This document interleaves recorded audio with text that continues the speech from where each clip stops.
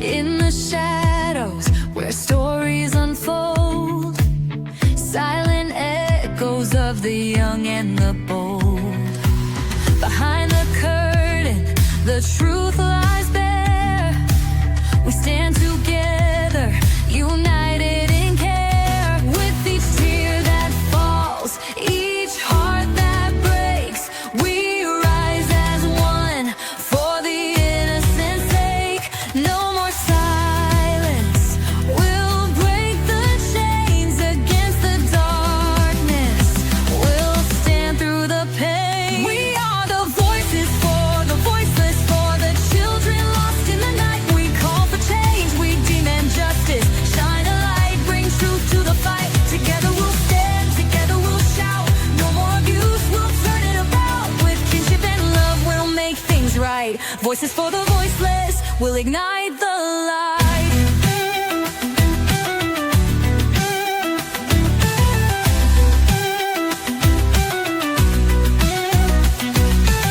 Behind those walls, a silent plea.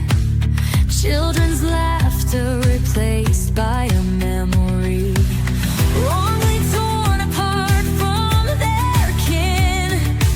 Stand for the ones who need strength within. When the system fails, when trust is betrayed, we'll rise up now. We won't be dismayed. We'll seek accountability. We'll fight for the truth and shield the innocence, the heart of our youth. We are the voices for the voiceless, for the children lost in the night. We call for change, we demand justice. Shine a light, bring truth to the fight. Together we'll stand, together we'll shout. No more abuse, we'll turn it about. With kinship and love, we'll make things right. Voices for the voiceless, we'll ignite the light. President Trump, hear our cry. Must we need your hand to fly? Families reunited, let's heal this land. Together we'll rise, together we'll stand. We are the voices for the voiceless, for the children lost in the night. We call for change, we demand justice. Shine a light, bring truth to the fight. Together we'll stand, together we'll shout. No more abuse, we'll turn it about. With kinship and love, we'll make things right. Voices for the voiceless, we'll ignite the light. So hear us now, we're taking a stand for every child in this promised land. No more whispers, we'll raise our voice. Together united, we'll make the choice. Voices for the voiceless, hear us today. We're changing the world, we're paving the way.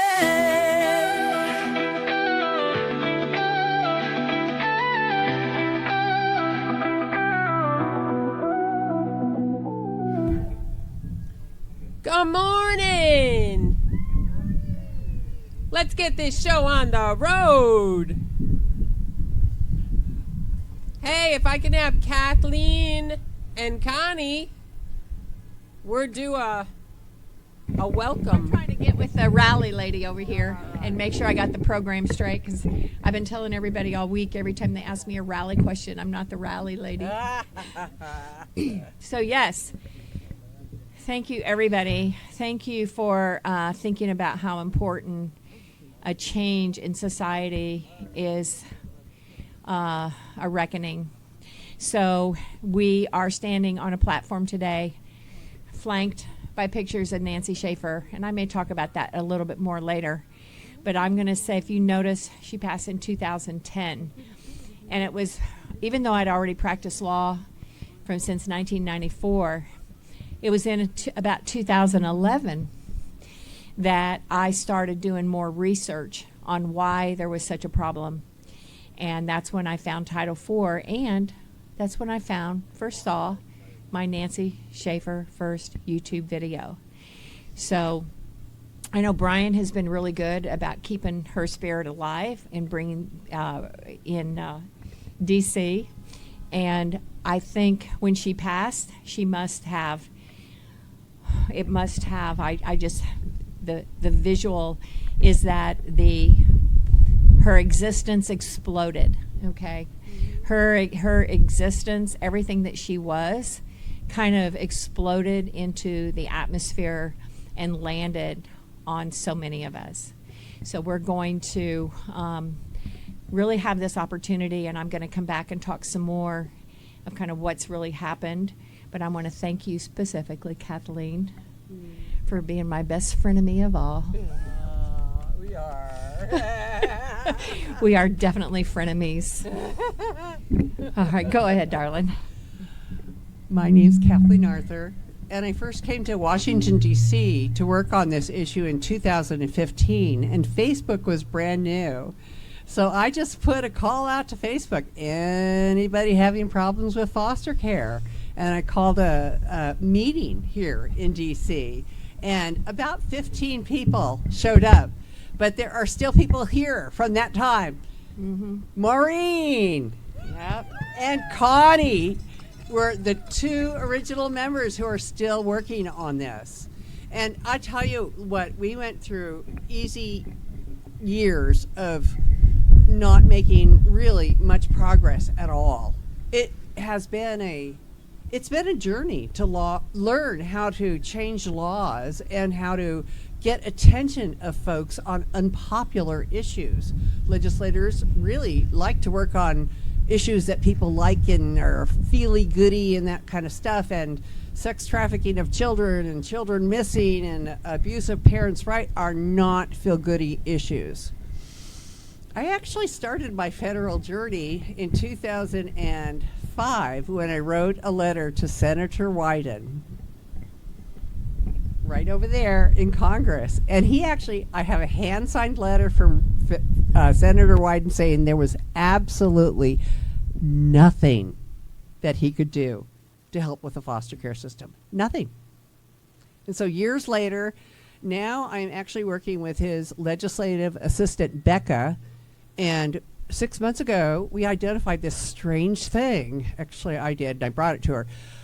The computers were not talking to each other. The Title IV computers, all of our government computers that are in charge of distributing money to people, they don't talk to each other. And when was the federal government last audited it? The federal government has never been audited because all of the computers and the way that they're coding things are in different language. It's getting like somebody from that speaks Italian and Arabic and English together and say, do an audit. They can't even agree on the definitions or the words to use, let alone do an audit. So this is the sad truth and reality, is that our federal government has never been audited because it can't. The different programs don't speak the same language, and it is just a mess. So I have been working with Rebecca at Senator Wyden's about trying to fix this, although we were in the very beginning phases, and then she went on maternity leave. So she's back now. We're going to start it again. But this was way before Trump was elected or Musk started getting into it. And now Musk is all about the fact the number one threat to our federal government is the fact that our computers are not able to talk to one another, period. Okay, once we do that, we'll be able to do an audit. Once we do an audit, once we get the information to be able to do an audit on current things that are going on, we will also be able to go back and recode the different states and what they did with parents, and we will be able to find a lot of the abuses that have been occurring systematically. It's a matter of time. The ground is fertile, the time is right, and here we are. This is the time for change, and we are gonna do it. Yeah! Okay. And so my lovely assistant here can take over. That was just our welcome announcement.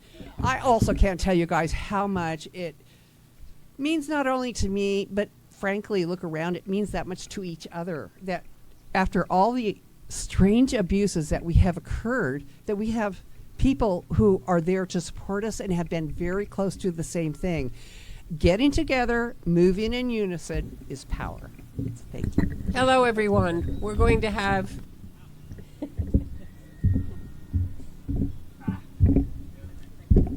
the rising Terry LaPointe, open us in prayer, please. Father, we give you thanks. God, we need your help. Families across America are being destroyed by things that should never happen. But Lord, we know that family is your idea. And you love families, and you put children, in all of your wisdom, you put children with imperfect parents, and that's fine. And you love us, and you love families, and you love children. And Lord, we implore you to intervene on our behalf. Lord, we ask that you would direct the conversations today, and we thank you for the divine appointments that you're setting up here in Washington, D.C., in our nation's capital, and we thank you for the authority that you've given us as your body of Christ to speak the truth. And Lord, we ask that eyes will be opened throughout this land, throughout this nation, and in these buildings, these governmental agencies and buildings that legislate and judge and rule over our lives. We ask that eyes are opened, that darkness is exposed, and that you shine the light and you restore families and you bring us back into alignment with the way that it's supposed to be, the way you design family to be. I thank you for everyone here. We ask for your protection, and we ask that your will be done, and that family restoration happens. It begins now. Where there's been generational genocide, let generational restoration begin now with us. We say, Lord, send us, use us, speak through us, as we are voices for the voiceless. And we thank you and we give you all the glory in Jesus' name. Amen. Amen. I will add, Father God, please bring the hill along this sidewalk today and tomorrow and Thursday to see, hear, and talk with each one of us and learn. Yes. Amen. All right. So our very first speaker is one of my favorite people on the planet, Miss Connie Reguly. I met her when I was starting medical kidnapping. It was in the first year that I was researching medical kidnap stories, and I ran across her because she was the attorney for one of the families who had their children taken unjustly, and it was a brittle bones case. And I encountered an attorney that wasn't like the attorneys that so many of these families were dealing with. I've encountered an attorney who actually really cared about the people, and she cared about what was right, and she cared about not destroying families and for seeing families reunited, and she cared about true justice. And the more I got to know her, the more I found out that's who she is. She is a warrior. She never gives up, and she is persistent. She is the voice that we need, and I am so honored to know Connie Reguly. And all right. Okay, now listen. This is, everybody get a picture. It's picture time, because this is what it's all about. Okay, so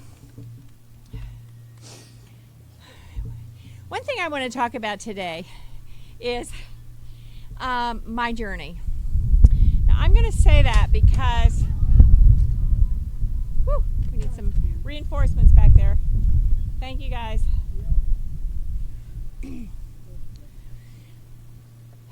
On the trips that we've made to Washington, I have never made this journey about myself, because I have represented hundreds and hundreds of families. I've talked to thousands of people, their stories. I've developed relationships with other great advocates and try to combine our strengths and to make the process work better. And so a few of you kind of knew what was going on and how this affected my life. So I really started bucking the system probably early. I became an attorney later in life, by the way. So I explained to somebody the other night where when I got out of law school and got a law license when I was 40 years old in 1994, a long time ago. Thank you. I approached the law of how, hang on here, I get this backwards. How does the law affect people? Okay? And I really wanted to say, what are the laws there and how do they protect people? And what are the things we do to protect people? But what I found out when I became an attorney who practiced law, and I'd come to this area with really more of a world view, I found out that in the practice of law, they want to take the law and use it against the people, right? So it was quite shocking to me, and I really began to buck the system. And so I started the state legislators. I started talking to them. That was about 2008 when I first started having that kind of voice.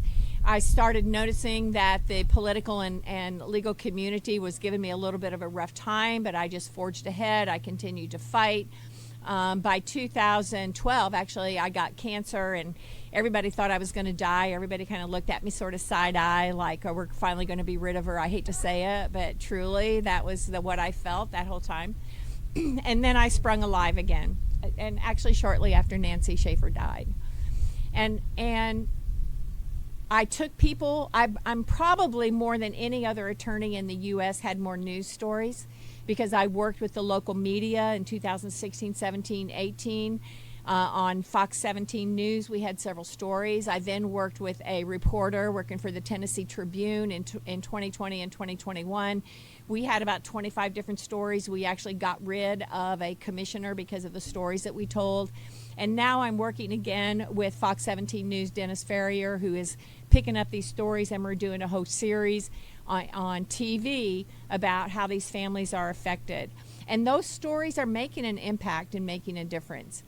Well, the system came after me very hard, very hard. And so in 2018, I helped a mom who I'd represented for a few years because she had an unruly teenager who was causing problems, and CPS wanted to take her disabled 12-year-old daughter who had never been away from her mom. And I pretty much dug my heels in the ground on that one because I'd known her now for 5 years. I'd seen her kids grow up. She wasn't just a file folder to me. None of my clients have ever just been file folders to me. Many of my clients are still my friends. As a matter of fact, y'all don't know this, I haven't told anybody this. About a month ago, I adopted a 40-year-old man who was my client, and I adopted his whole family. I took him on as my son. I took his kids on as my grandkids, and I have followed them. I have hung in there with them. I have embraced their family all the journey.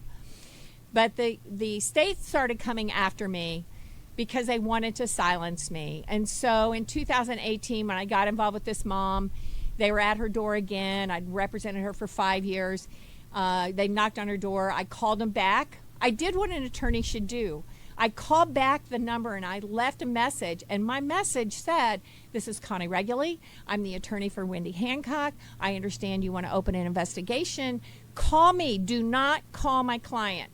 Call me and I will set up a time to meet with you." I left a message for the caseworker, for the supervisor, at the local office, at the regional office. I even called central office and tried to leave that message. Instead of calling me back when I offered to cooperate, the CPS worker went to another county and secretly got an ex parte order to remove her 12-year-old daughter.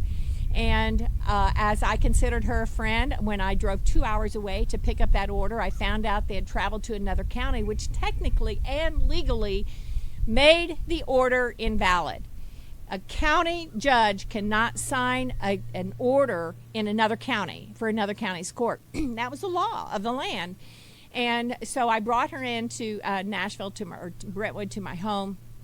I said, just you guys hang out here, relax. Next morning I'll start calling the court. Nobody was in danger. There was no threat of harm.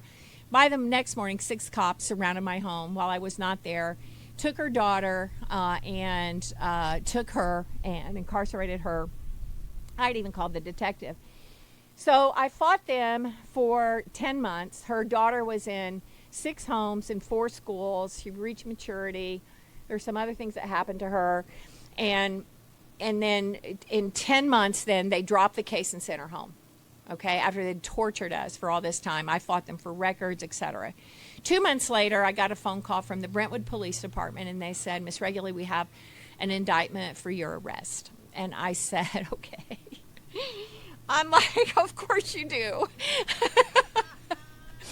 So I'm like, okay. And she goes, and your client? And I says, okay, well, you don't have to go pick her up. I'll have her come to town and we'll turn ourselves in. So we turned ourselves in, and they booked us. They put us through they chained us. They put us in the back of a police car. I mean, I had to do this journey totally with her. We couldn't do it separately. So I was there with her the whole time. They chained us to the wall. You know, we sat in there with our arms chained to the wall in concrete cells. And then we started this journey on this criminal prosecution. And I've been an attorney and I was a prosecutor and I know the law. And when I finally got a copy of the indictment, I laughed at it and I said, this is not going to be any problem. We're going to get this dismissed right away, because they didn't even write down the law right in the indictment. And so we filed motions to dismiss the indictment. And instead of dismissing the indictment, the judge changed the law. And the judge says, well, no, we're not going to apply the law in the law book. We're going to mark out part of it and we're going to do the law this way.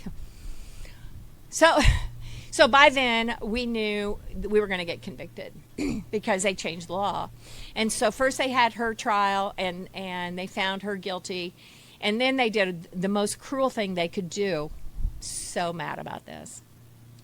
So after they found her guilty, they cornered her. I went. I was going to speak at her sentencing hearing. Some other people were going to come. We had several people show up for the trial. The judge was a real butthead, basically, during the trial. And they told her, look, we'll offer you 2 years supervised probation but you have to come to court and you have to testify against Miss Regularly. And you have to present your daughter for us to interview and present her to testify at the trial. So this little girl who was removed from her mom and traumatized for 10 months and then dropped back at home and then had all kinds of additional trauma going on, just trying to readjust, had to be taken to the district attorney's office, separated from her mother, and interrogated. And they did that to her twice.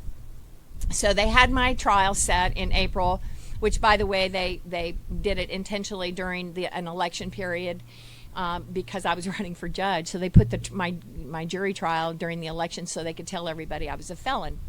And so they convict me. 2 days later, I get a fax. After all these years, I get a fax from the Tennessee Supreme Court, says your license is suspended because you are now a felon. I said, okay, after 30 years, I get a fax. Like, you can't even, give me a phone call. So I'm like, oh, all right. Okay. So then we go to the election, and of course, and the news came and interviewed me, and I told the news reporter, I'm like, you know what? You only have to have a law license. It doesn't have to be active law license to be a judge. So therefore, I'm still eligible for the ballot. And so we had the election. And with 2 felonies, a suspended license, all kinds of bad press, I still got about 22% of the vote, which tells you quite a bit. All right, so we face this jury trial, and of course they find me guilty, and we go and we testify to a sentencing hearing. Now here I am, 71 years old. I've never had a crime in my life, and I have 2 Class C felonies, which could have incarcerated me for 12 years if they wanted to. And so they put the detective on the stand, and they, typically in a sentencing hearing, it is about the victim impact, like how much victims were impacted. They didn't have a victim, and so the DCS attorney and the Brentwood detective had to be the victims. And so they come and they testify about what a horrible person I am because I say bad things about them, and how I won't admit I had no remorse for committing a crime, which was not a crime at all. And so I then found out for the first time that the reason the Brentwood detective had gotten a search warrant on my whole entire Facebook for a 3-month period, she got a search warrant a secret search warrant on everything, on my private messages, every IP address, every message, every deleted video. They got 20,000 pages, did not use a single one. They wanted to know who I was talking to. That's it. They wanted to know who else was communicating with me. And so they sentenced me to 2 years probation and 30 days in jail. So the little detective guard is like clinging his little handcuffs up behind me. And I'm like, to my attorney, I'm like, well, at least ask, for some time. So then the attorney's like, well, she can have some time. Okay. And they said, yeah, we know she's going to appeal it. So anyway, we fight through the appeal and we get it reversed. Okay. So I get it reversed, and then I'm not going to have time. I can see they're flagging me on here, but there was a whole 5 minutes. Okay. But there was a whole, after they could not put me in jail, even though I was convicted, within 4 days they did another indictment on me and had me arrested for another felony, this time a Class D felony. And it's like, by this time it's almost hilarious, right? So, but listen, hilarious and terrifying at the same time, remember, because they have the power to incarcerate me, and I have no doubt in my mind they would have poisoned me. The county came to court and said they wanted to be able to transfer me to another county, because I was too dangerous to put in the Williamson County Jail, because I accused the sheriff of incarcerating children and giving them psychotropic medications. That's why I was so dangerous. And so they did the whole second indictment. This time I represented myself. I totally busted them on the case. And I got my other one reversed. All right, so I have 2 federal lawsuits pending. This is the punchline here. I want you to listen to this because this is very critical. One of them is still, when you file a federal lawsuit, and I've done a few of them, I've had a couple good hits and some bad hits. Very, very difficult. Civil rights cases are incredibly, very difficult. It's so technical, and everybody gets immunity, right? And you have to overcome all this immunity. So in the second felony, I had alleged that the judge had secretly investigated me, and he had co-opted with a private attorney and a CASA worker to create fake evidence to create this indictment. So I just got before I came here, the judge from the district court entered an order. The federal judge did give the state court judge immunity, but, and this is what's critical, the court found that the crooked attorney and the crooked CASA worker conspired with the judge to create fake evidence to have me maliciously prosecuted. So now the crooked attorney and the crooked CASA worker are under Section 1983 civil rights cases state actors because they conspired with the judge to create this fake evidence. This is huge. I have read so many civil rights cases. This is the first time ever I have seen this be upheld so far. Now, we're not done yet. We have more hoops to jump through. I also alleged intentional infliction of emotional distress. And I did that, and I put in my complaint that what they did to me was terrifying, that I was constantly under the threat of being incarcerated for 12 years.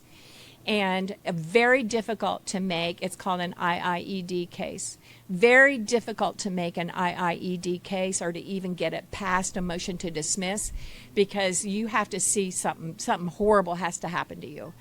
And right now the district court judge has upheld that I have sufficiently pled that these bad actors, right now still including the district attorneys who co-opted all into this fake crime, I can proceed on intentional infliction of emotional distress. Now, like I said, my story is only important because everything I did about that was to keep a 12-year-old disabled child from falsely being taken from her parent and going into state's custody. But it also shows, in Tennessee, I have traveled all over the state. They know who I am. Part of my story was intimidating to other attorneys. Another reason not to buck CPS or DCS, because look what they did to Connie. So we are now at a place where I can now push that out among other attorneys across the state and understand. So finally, and I'm going to finalize with this, thank you all again so much.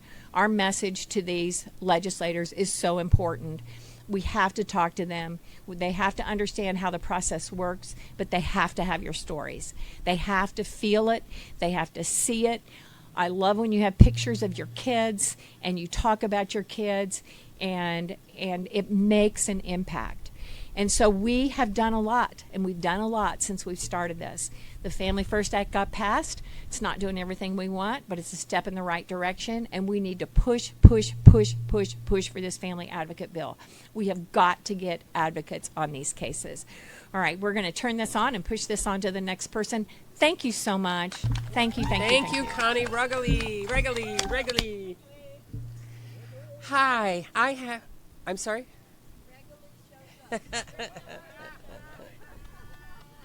Well, I have the absolute pleasure of introducing our next speaker. She is one of the three originals, Connie, Kathleen, and Maureen. Maureen O'Neill Davis is co-founder of Family Forward Advocacy Connecticut, along with yours truly.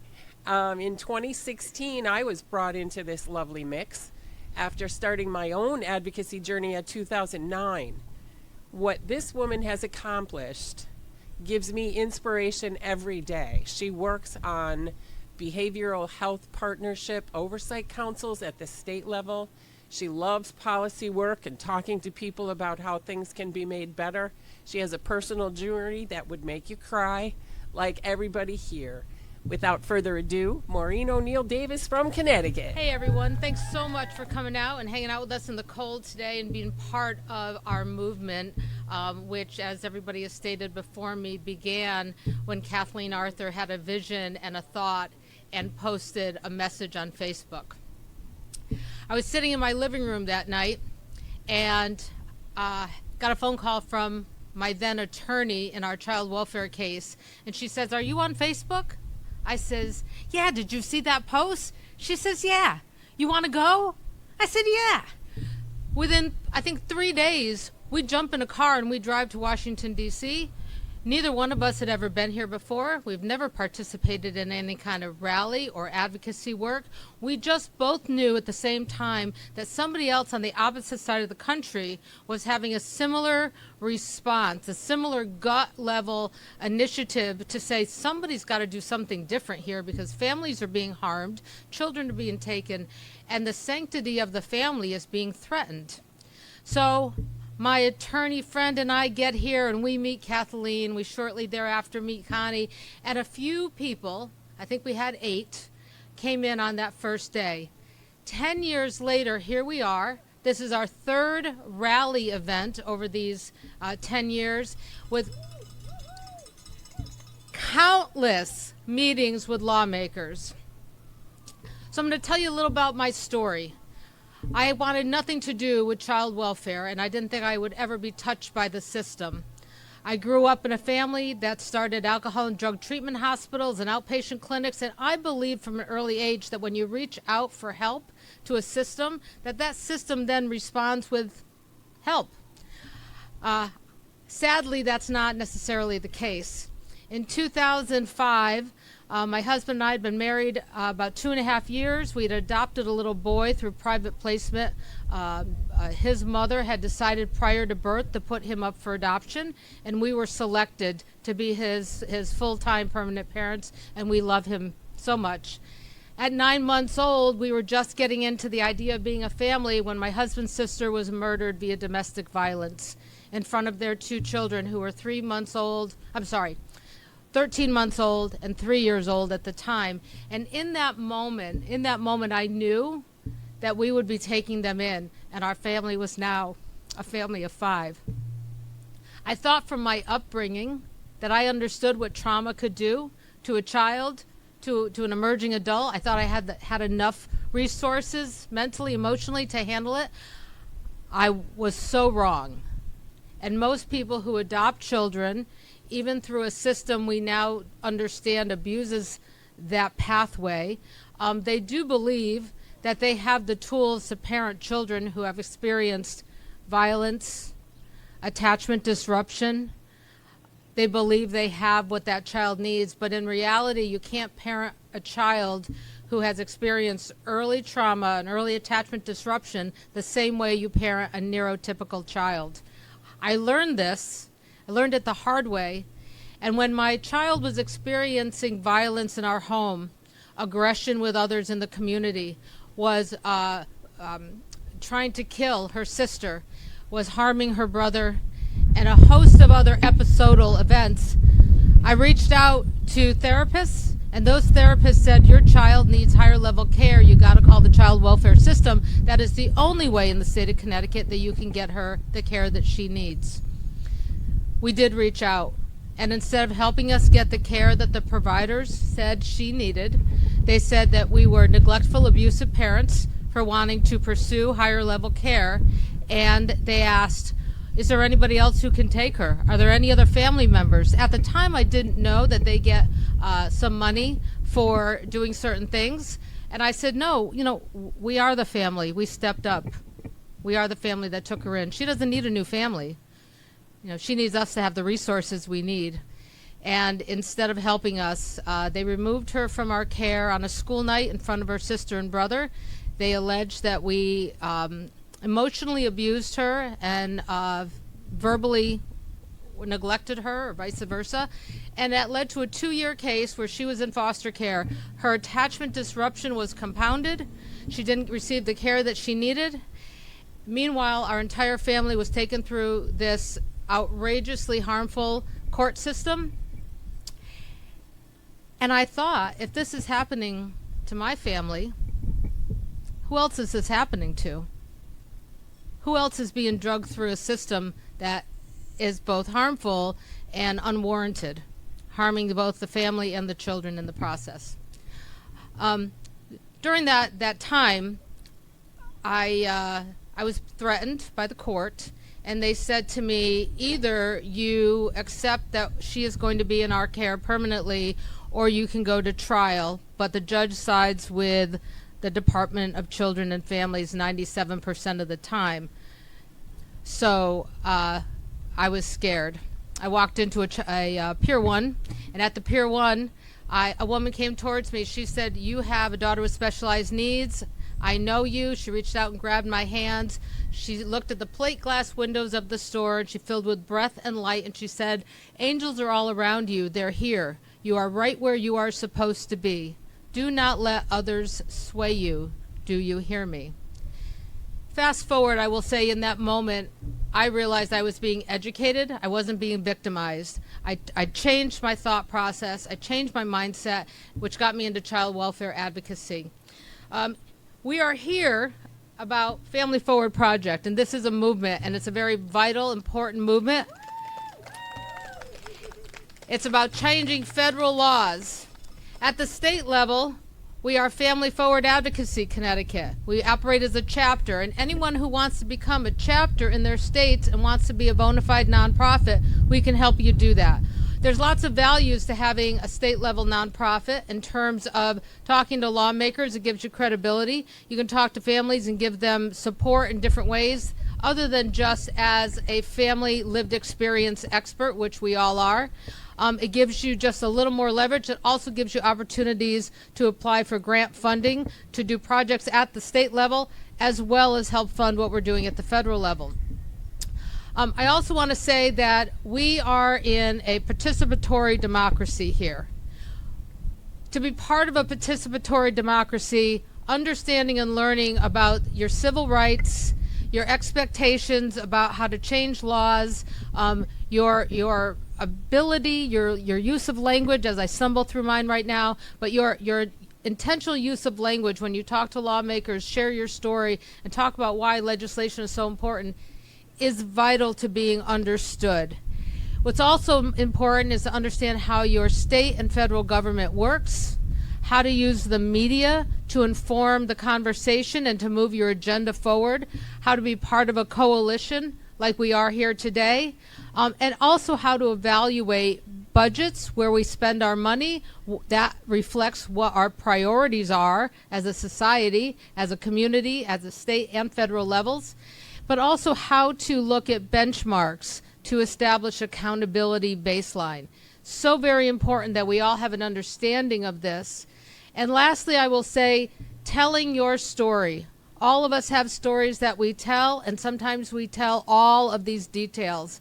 All of those details are important, but for a lawmaker or their aide to grab hold of your story and get out of it what you want them to, sometimes there's an approach of shrinking the story, picking out the details that are the ones that are going to get them to feel it, because when they feel it, now they understand they have an obligation to do something about it.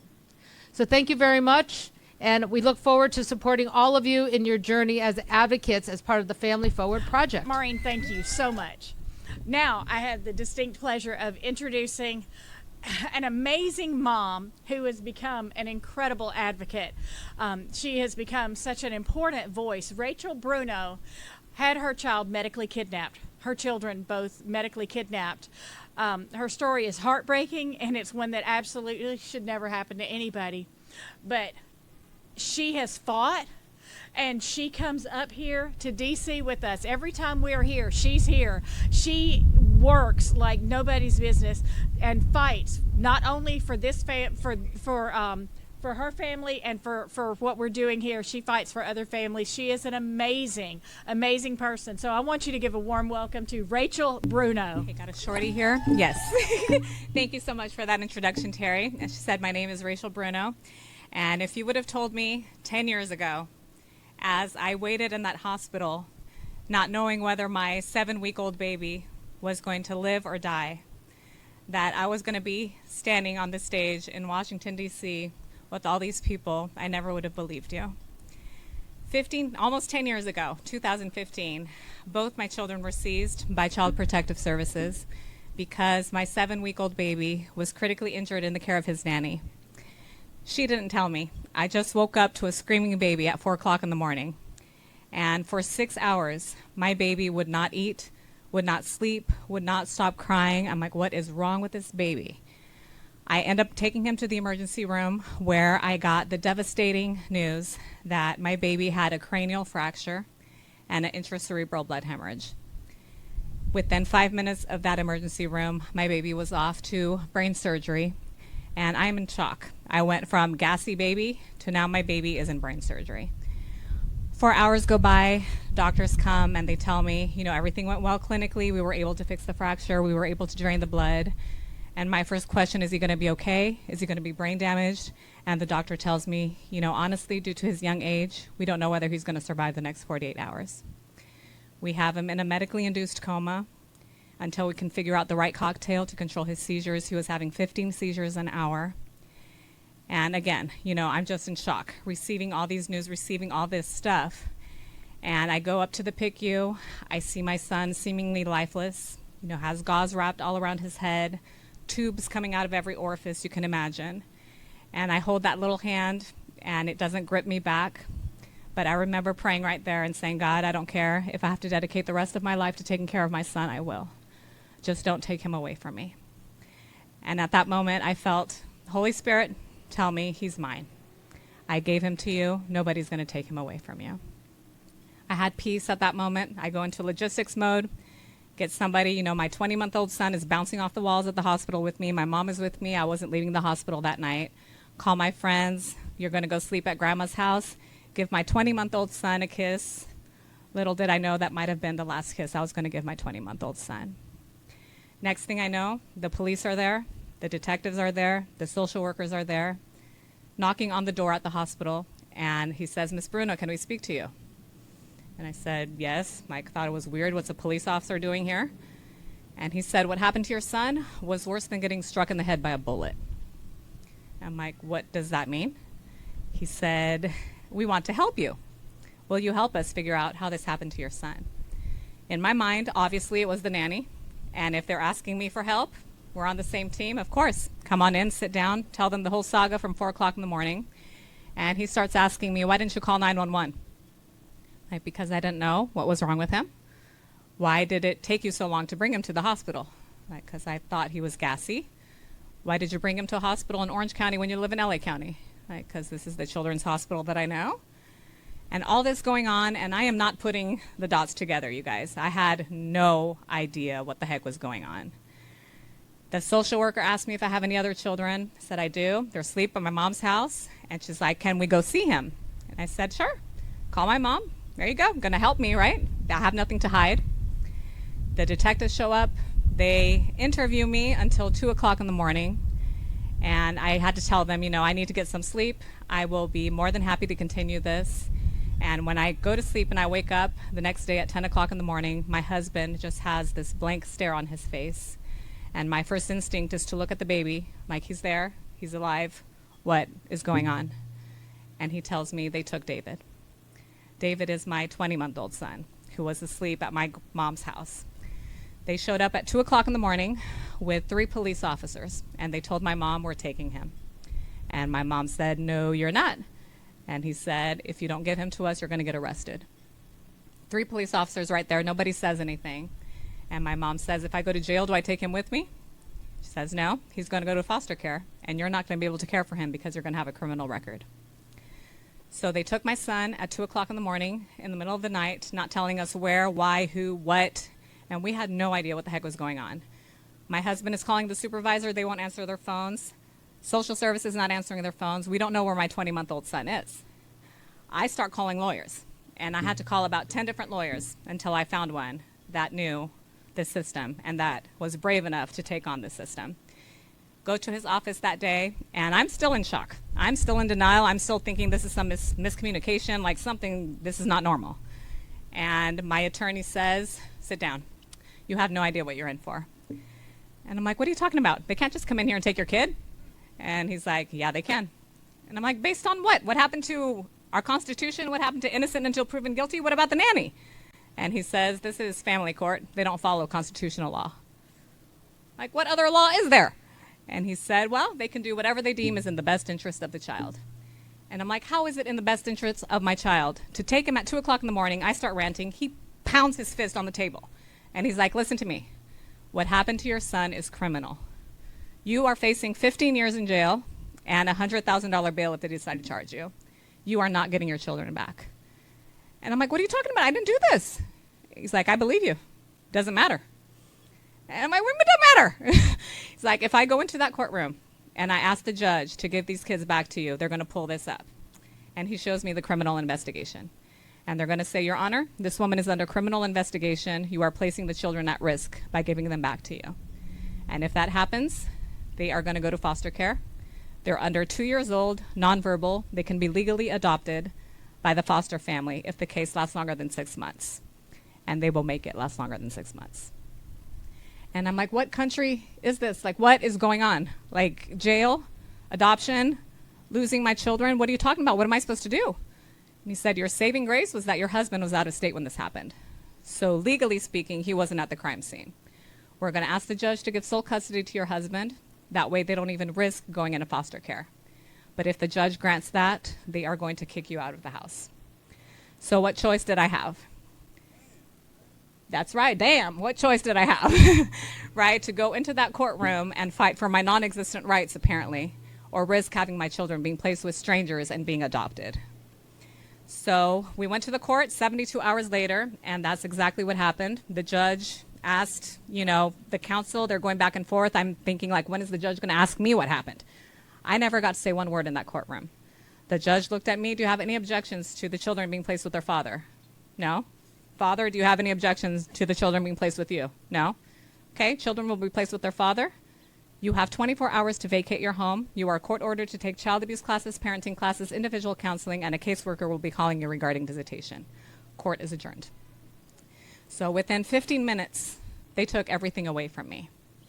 And I was in that child abuse class thinking I was going to be in there with a bunch of drug addicts, alcoholics, pierced up, tattooed, crazy people. And when I get there, everybody was in the same boat that I was. And I started researching and ran into this little law right here, known as ASFA, where the federal government is incentivizing the states to remove children from their homes and place them in foster care in order to receive federal funding. By the grace of God, I did get my children back. But in that child abuse class, I saw way too many parents that weren't as fortunate as me, who didn't have the resources I did, who didn't have the family support I did, who didn't have the money. I was $250,000 in debt when this was all said and done. And I got my sons back, but I had this fire up my butt. I'm like, this can't be happening. If it's happening to me, it's happening to all these people in this child abuse class. Nobody had abused their child. Like, something needs to be done about this. So after I got my kids back, we sued them. I sued LA County, Orange County, the hospital, the sheriff's department, social services, and we won in December of 2018 for $1.49 million. Thank you.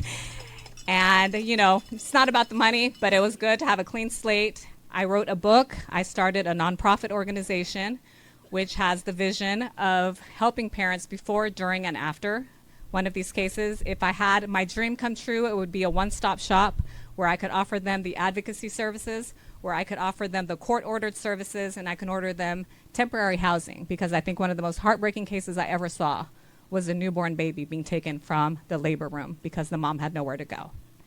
So that is my story. That is why we're here. Thank you all for coming here. I mean, your stories are important. Everybody's voice is important, and we need to make the system change. Thank you. Thank you, Rachel.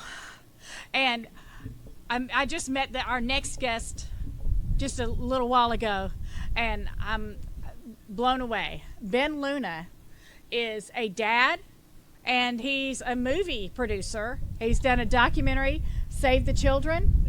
Save our children. I mean, that's what we're all about. We're about saving our children. And he's working on another documentary. I'm going to let him tell you about that. But he has a heart of gold. He's from New Mexico. So I want you to give a warm welcome to Ben Luna. Check. All right. Thank you guys for having me. And I appreciate you guys coming out here because I know what it's like to kind of feel like you're all by yourself in the fight. What got us started in documentary production was really just me showing up for people who had some kind of experience with either just tyrannical government or mandated policy. And so we dealt with multiple industries actually contacting us, the ranching industry, the oil and gas industry. We took tours with private business owners and them being forced out of their ownership. And I started to see this similar tactic where these people are fighting these long court battles that pretty much makes them bankrupt to where they can't fight anymore. And that's a similar tactic. And who knew the family court system would be a multi-billion-dollar industry to where it does the same thing to parents. It pretty much drains your pockets to where you can't even fight anymore, or it kind of gets you to the point where you just give up anyways. And it's encouraging to see the people out here today. They talked about, the individual person speaking up and then how many others are just like us. In the food industry, there's a way to kind of dictate or figure out how many people are going through the same problem. They say if somebody has a problem with, let's say, a glass jar that had glass in the food or whatever, if one person complains, there's probably, this percentage of people that are actually going through that same batch. And so that's what you guys are really reflecting in America is this is a small percentage, but there's really an exponential number that we probably don't even know, and people that don't even have the resources or don't have somebody to talk to that are going through the same thing. And that's where we kind of got our momentum, unfortunately. We got our momentum as far as like being a voice for people. And so after I'm done, if you guys are wanting to get your story heard, please let me know. But within each industry, you will find it takes years to come to a resolution where the ownership of families is lost. And in this case, it's your parental rights. Your parental rights are trampled, and you no longer have custody of your children. That's probably the worst form of ownership taken from a parent. But when you do your best to get the voices of families heard, you will hear more and more stories of how our government really has failed families. And now they have a new tool to keep this process kind of endless. And so what we found out, through our Save Our Children documentary, we found out that there's an organization called Emerge America, Emerge New Mexico. And they have a 70% rate of getting candidates elected, which is a very, very high rate for New Mexico. And they get the legislators elected. They pass bills that most of New Mexico does not agree with. But then they also have judges that fill these roles that are appointed in the family courts. And so one thing we pointed out that what if a parent doesn't affirm their child for these ideologies? Okay, what would be the scenario? They stand in front of a 5-panel family court system that is a part of a Emerge alumni. There's 4 judges that are Emerge alumni, and the legislators are Emerge alumni, and they sponsor these bills, they pass these bills, but then they force it in the courts and pass it in the courts. And so what are the probabilities of a parent not wanting these treatments or these ideologies being taught to children? What would be the ruling for that child or for the parent?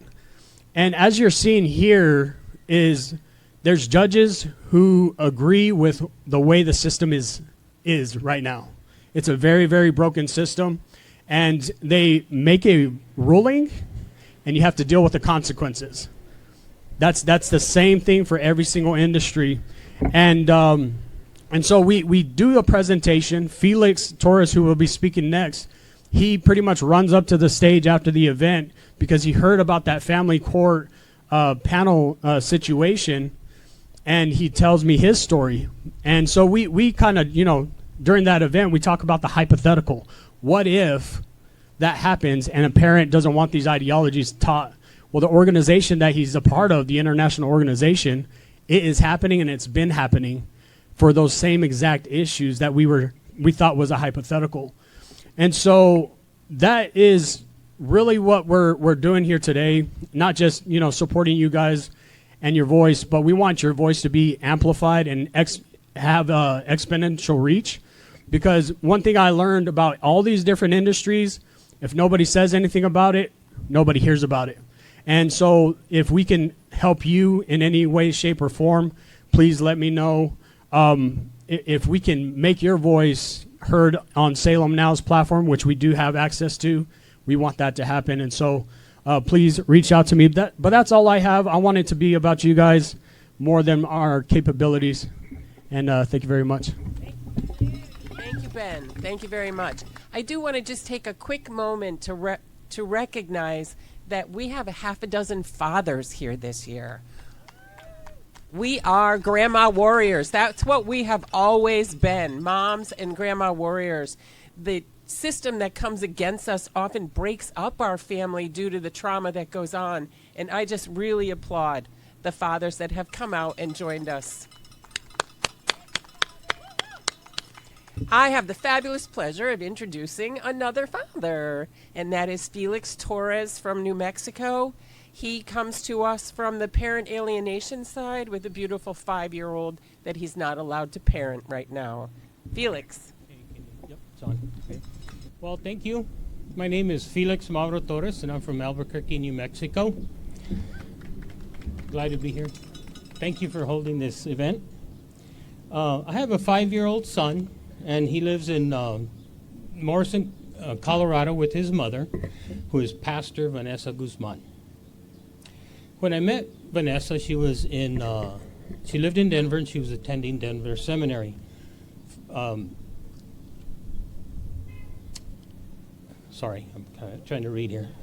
Oh, and she was also a board member to a family law nonprofit.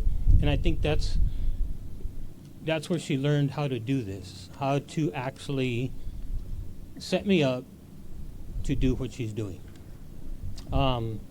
She planned the marriage, and she's using the abusive family court to help her play this evil game of parental alienation, or domestic violence by proxy, is what this international organization, Hope in Darkness, calls it. Hope in Darkness is an international organization that helps parents who are alienated from their children. They have a common sense approach to the insanity we endure from the abusive parents and the abusive courts. Hope in Darkness is using learning theory, which is the science that explains behavior, and they advise parents on the existing laws. I filed 2 lawsuits against the governor of Colorado, Denver Family Court, Judge Pax Moultrie, and Pastor Vanessa Guzman. They are all violating my First and 14th Amendment rights under the U.S. Constitution. And they are also violating my son's civil rights. The Supreme Court has ruled that a parent-child relationship is protected under the First Amendment through association, and we cannot speak to each other if we are alienated. So that violates both of our First Amendment. The 14th Amendment is upheld by the North Carolina Supreme Court and has applied the due process, and the U.S. Supreme Court has applied the due process clause to require certain procedural protections in cases involving parental rights. We are told we are a free country, and the U.S. Constitution is the law of the land. But the law of the land goes ignored by the government. I want to repeat that. We are told that we are a free country, and the U.S. Constitution is the law of the land. That doesn't exist. Title 4D of the Social Security Act funds the abusive family courts. It's not only the family court that is violating our civil rights. It is the state government, and in my case, it's the state of Colorado. In the state of Colorado, if a child is born to an unmarried couple, the mother is granted 100% custody. This violates every unmarried father's civil rights in the state of Colorado. Yeah. We divorced before our son was born, and the state of Colorado does not have a presumption of custody law that grants a father his natural rights. They are fleecing families, and Title 4D awards 66 cents for every dollar that the state collects for child support. I would like to know if these judges in family court are retiring off of this money. This has gone unchecked for decades, and that's where an audit comes in, where you guys are talking about. They are destroying children's lives and parent lives. Every family court judge is appointed, and family courts are not courts of law. They're administrative courts, and they act as if you have no rights. They don't let you speak, and they take your children. Yeah. It's definitely wrong. It's beyond wrong. It's evil. And should be criminal. It should be criminal. These family courts are corporations. They're not even part of a government entity. Family courts are courts of code. They're not courts of law.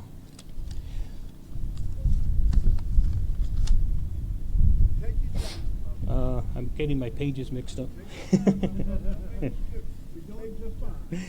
And these codes violate all our civil rights. All the state codes that restrict us from seeing and parenting our children violate our civil rights, but it's also every governor, every state representative, every senator that passes codes that violate our civil rights. It's every senator, U.S. senator, and it's every U.S. representative who voted for Title 4D and all these other laws that violate our civil rights. It's President Ford who signed Title 4D into law. And it's President Biden who vetoed the Judges Act. The Judges Act was a bipartisan bill that passed last year that would have provided 60 new judges in federal court. And we have a right to be heard in federal court. But I've come to find out that federal court is just as corrupt as family court. When I went to family court for the first time, I went prepared with what Hope and Darkness taught me about learning theory and the existing laws. And I said I needed to spend time with my son, so I asserted my 14th Amendment right, and Judge Pax Moultrie placed conditions on me that I needed to prove my financial worthiness and that I needed to pay $300 an hour for a guardian ad litem.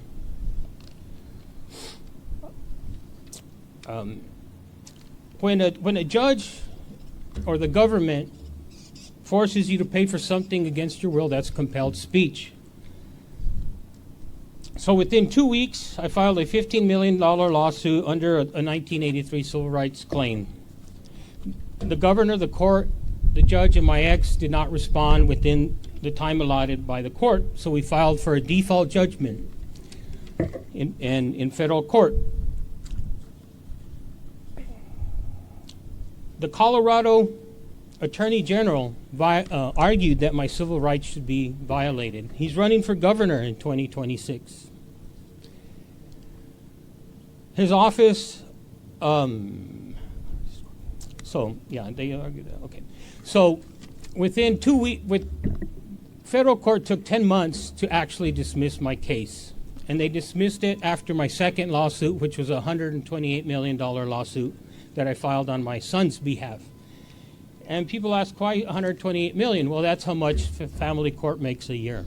So I'm taking on the system for the money they're stealing from parents, the money they're getting from Title 4D, and on behalf of all the children and families that are being abused by this system.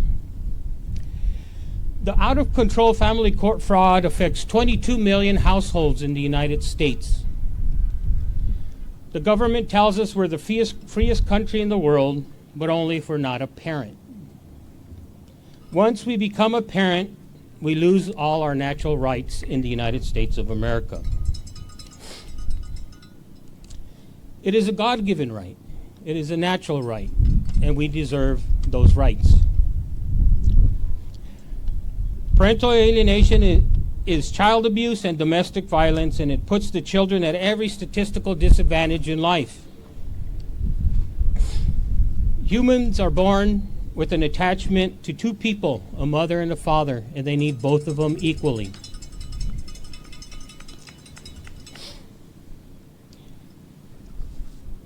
And in my case, where Pastor Vanessa Guzman is abusing her own son, in learning theory, all animals, including humans, learn in the same way. Learning is universal. This is a behavioral issue with some parents.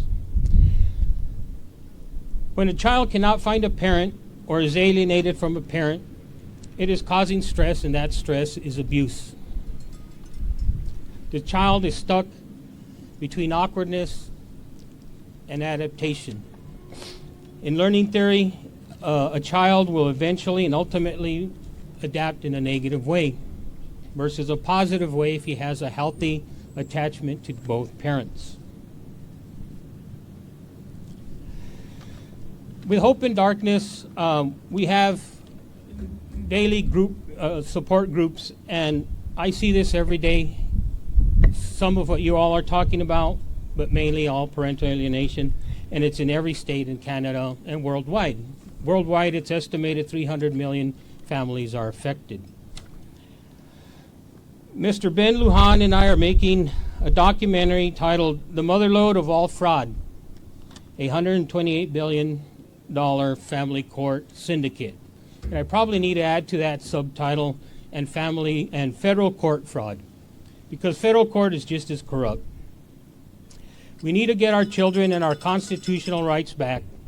Let's withdraw our consent to be governed by this abusive system of Title 4D of the Social Security Act that has destroyed the family unit, and it continues to destroy the family and put children at risk, and destroys the lives of parents, as we are all traumatized by what they do. It's putting our children in the hands of abusers, as the courts almost always give the child to the abusive parent, as it keeps the conflict going, because family court is about billable hours. It's past the time to heal our families and protect the sacred relationship between the child and both of his parents or their parents. In my case, it's his parents. It's time to end the abuse perpetrated on our families by elected officials, courts, judges, alienating parents, every state, attorneys, mental health, guardian ad litems, and the list goes on. These courts and the abusive parents are void of empathy and compassion.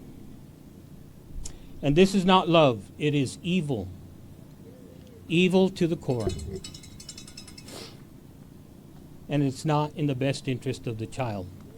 The best interest of the child is intended to be used when a child is in an abusive situation. When I am a fit and qualified parent, and I deserve my child. Thank you. Okay. All right. So now we have another medical kidnap mom who is here. I met her in January. We roomed together. She is a delight. She's an amazing, strong mom.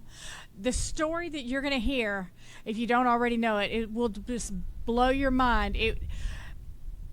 It seems impossible that this kind of behavior can happen by our hospitals and our government, but it happens.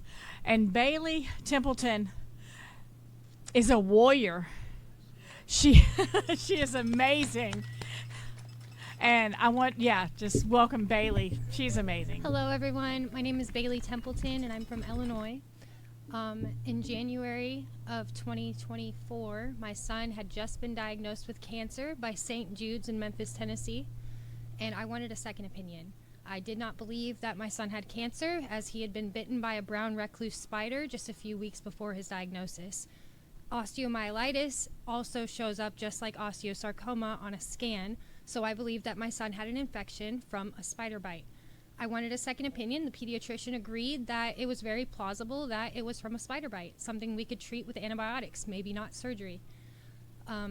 At this point, I had started looking into anything possible to help treat his osteosarcoma, because we all know that there are alternative methods for treating illnesses, something that I've studied for years.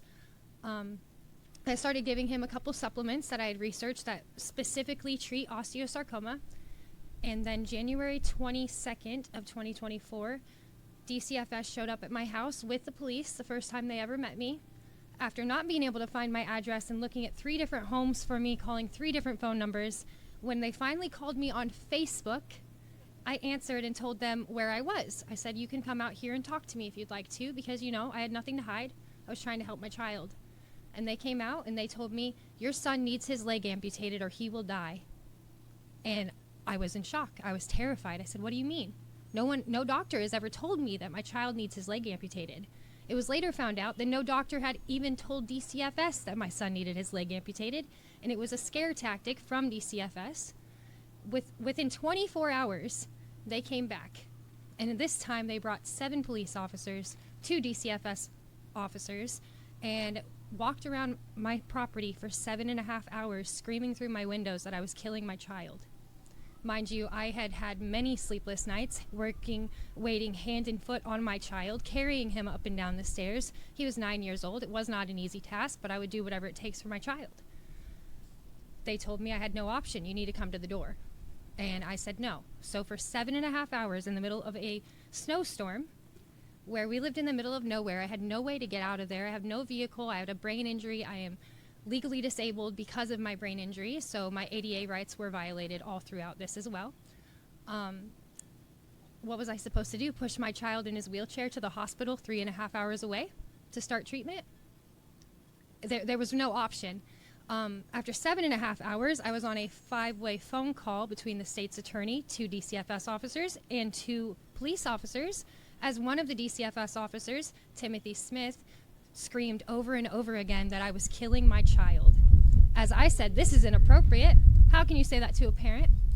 The end of that night ended with a warrant to remove my child at 11:30 at night. Now, this is my child who had just been diagnosed with cancer.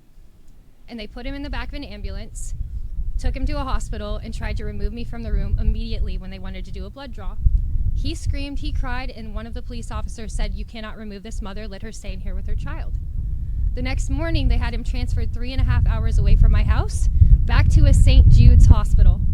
And I had had issues with St. Jude's. I had pressed charges on St. Jude's in Memphis, Tennessee, to which the state's attorney had knocked it down and said we could not do that after my son was medically assaulted at St. Jude's in Memphis, Tennessee. At this point, they loaded up my child now in Peoria, Illinois. They started chemotherapy within a week, kicked me out of the hospital, and told me I was not allowed to see him anymore, and I was on supervised visits only. So as my son went through the first 2 months of chemotherapy, and the osteosarcoma protocol is extremely deadly. The main chemotherapy that I was adversary to would have been doxorubicin, also known as the Red Devil, and side effects of that include creating other cancers within the body, tumor embolus, meaning it will break up the tumor and spread it through the bloodstream and place it in other parts of the body. I did not want to do this. I paid hundreds of dollars to get his cannabis card so he could use cannabis to help treat his cancer, had everything situated. They kicked me out of the hospital because he tested positive for the cannabis that he was allowed to use. At this point, it was about 2.5 months of seeing my son 8 hours a week, 2 days a week, 4 hours a day, while he was sick, throwing up, losing weight, dropped down to 48 pounds. And then the judge had told them that he no longer wanted supervised visits after they overnight moved my child to Chicago, Illinois, 5.5 hours from my home, to the surgeon who was then going to remove his leg. We went to Chicago. The day after he was moved up there, the judge granted for me to be there 24/7. Supervised visits were dropped, and we spent the next 3.5 months living in Chicago at a hospital. My son was kept captive in a hospital for 123 days straight. This is a little boy with cancer who did not get to see sunlight for 123 days while going through rigorous chemotherapy and treatments. Medical testing and studies and research that I had denied from St. Jude's were then enacted on my child, including something called the T-Bank, where they take healthy tissue, and St. Jude's on their website also says that tissue will be sold to private investors. You can quote me, you can look at the St. Jude's website yourself if you'd like, but they also say that every child at St. Jude should be enrolled in this, meaning they are taking healthy tissue from sick children to study and to sell for products that can be made, which is what's stated directly on their website. I did not feel comfortable with anything, and I fought it tooth and nail. I did not have a lawyer for the first, I'd say, 3.5 months of what was going on, and a lawyer from Indiana contacted me. He was licensed in Illinois, and he said, "Let me help you." We went through process after process. They drugged the case on for 140 days. After 123 days, they had cut off my son's leg and sent him to live with my best friend as a foster parent. She had foster parent privileges of him for 1 week. After the pathology report came back that said there was no cancer found in my son's leg, and there was no cancer found anywhere else in his body, to this date, there is no cancer found in my son's body, but they removed over 1 foot of his leg, put it on backwards, and gave him back to me. They took off his leg, put it on backwards, and gave him back to me. Many legislatures here in DC have met my son. I brought him here in January, so I felt like a visual representation would be very good for them to see what happens when the state has overreach and no oversight. With this process, I have noticed there is a lot of other medical kidnapping situations, specifically with children with cancer, when you want a second opinion. And it makes me wonder if anyone else was falsely diagnosed with cancer and killed because of the treatment. This is all speculation, obviously, but I've done enough research myself. I do want to point out when my son was taken from me, 25 days after his cancer diagnosis, with all the supplements and things I was using on him, his tumor went from a 10.1 to an 8.6 in 25 days. Whatever was in his leg was dying before they took him from me. And if they would have let me continue, he would still have his leg. If they would have allowed a PET scan before the surgery, he would still have his leg. But they did not. So now I have a 10-year-old son who has 1.5 legs. And he's been here to DC to tell his story, and I demand that he will be able to tell his story forever, as I will not sign an NDA. I fully plan on getting full accountability from the state of Illinois, leaving the state of Illinois afterwards, or running for mayor. I'm not sure yet. But either way, I come here to DC because I've known for years that child sex trafficking was going on, and that was kind of my platform. I talked about child sex trafficking for years and the Epstein Island connection and everything with that. And I feel that there was maybe retaliation for what I was saying because I was a foster child. My mother was a foster child. And this system has generationally ruined my family. And am I wrong to be afraid that they will come for my grandchildren someday? What is their reasoning? I couldn't tell you other than finances. If you think about a child with cancer, how much money are they making off of these children? They can enroll them in medical research. They can enroll them in out-of-the-country trials, including the one my son was on out of Europe. Against my will, against his will. If children are allowed to make decisions about their own bodies, it's been decided all over that children can decide things on their own bodies. Why can't they decide their course of cancer treatment? Why can't they decide that they want to fight a different way than a way that is proven to kill many people? And as a mom, I did my research, and my lawyer continued to present things to the state's attorney and the guardian ad litem saying, is this medical neglect? This is the research she did. This is what she did. This is proof that the tumor was shrinking. Is this medical neglect? Which is where we come to the problem where there's 80% of children removed for neglect. How many of them are medically neglected because we wanted a second opinion or we didn't follow the recommendations of the first doctor that we saw? And it's a huge problem. There are children dying because of this problem. Medical kidnapping is real. If you haven't heard about it, please look it up. It's everywhere. And our children need to get out of this. And I will do whatever it takes to do so, whether it's coming up here multiple times a year, writing stuff, screaming at legislators, whatever I have to do. We must bring these kids home. No more institutionalizing children for federal paychecks. Thank you, guys. Oh. Looks like Connie's joining us now. Okay. I'm just going to come over here with you, darling. Sure. Thank you. So, come here. Yes, ma'am. This lady right here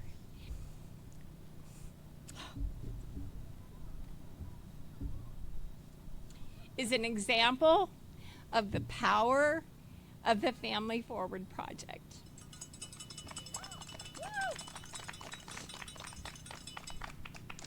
On March the 24th of 2024, I received a message from Bailey Templeton. I had no idea who that was. And her message said, I could seriously use your advice if you have any time this coming week or whenever you are free. My 9-year-old was taken by DCFS 25 days ago after he was diagnosed with bone cancer, and they put him through 8 rounds of chemotherapy now. I believe it's a retaliation after I filed charges against Jude's Research Hospital in Memphis, Tennessee in the middle of December. If you have any way we could talk sometime, please let me know. We exchanged several messages, court documents, asking her where she was, what was going on. And I called her, I think on Messenger. And I called her, and she went into the bathroom at the hospital so she could have a conversation with me. We have many, many messages in my phone. On May 15th at 11:57 a.m., she sent me a message that said, mentally exhausted. Surgery took 10 hours before I could see him again. He's in a lot of pain and very sad. And she sent me a picture of Drew. Our conversation continued over the next months, and I began to learn more and more about her case, checking on her over and over and over again.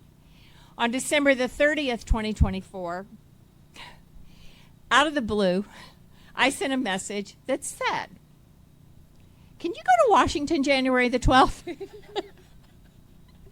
Yes. And she says, do I have a room? I've got the money to get there. And I says, we have a room. You just need to get there and have money for food. Fly in January the 12th. So Bailey came not only herself in January, but brought Drew. Drew is the youngest person we have had here in Washington in living color to tell the story. And thanks to our association with Rachel and her connections, where I don't know where she went. Where is she? Oh, there she is. Rachel contacted Mary Miller, her Bailey's congresswoman, and we were able to take Drew in and independently meet Mary Miller, where she could hear the story of Drew and he could be in front of her. Now, I'm going to say something about Bailey. I call her the stringy one with the long, stringy black hair. How old are you? 29. She's just a baby, okay? And she came to D.C. very naive about Washington, D.C. And so I threw the gauntlet down and I gave her the challenge. I said, Bailey, if you can learn to respect your elder, which is me, of course, if you can learn all the buildings that the congressmen are in and all the buildings that the senators are in, and perhaps even know that there is a difference between a senate and a congressman, that might help as well, I would give you a special award. So I've been scoring her all week. She's lost a few points and she's gained a few points all along the way. But I have a lot of faith in her. And we need, us old warriors and us old grandmas who are here fighting for the truth and fighting for the system, we have got to make sure we have sweet 29-year-old wonderful young woman like Bailey to follow up, and she is going to be an amazing warrior. And so it isn't much, my dear, and sadly it's going to clash with your wardrobes quite frequently. Oh, well. However, I have for you today a special award of your own family forward project satchel that you can carry around.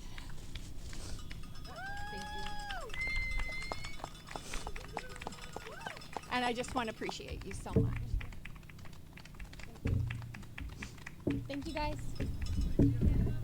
Thank you, Bailey. Amazing story. I'm still drying my face. And thank you, Connie, for recognizing Bailey and bringing her to this group. We do need fresh blood. We are grandma warriors. We do need Baileys and Christines and all the young moms that have come out to support us right at the moment. I would like to introduce our final speaker for this afternoon on the speaker stage. We are going to follow with personal stories.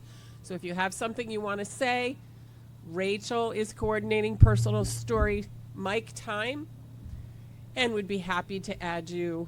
We will be doing the same thing again tomorrow if you don't get in today. Our last speaker is our fearless rally warrior organizer, Kathleen Arthur from Washington State. I want to thank you all from the bottom of my heart that you are all here. When I started this, I thought I was the only one. I thought, why is this happening? This is illogical that it is happening. This isn't right. It's against the law.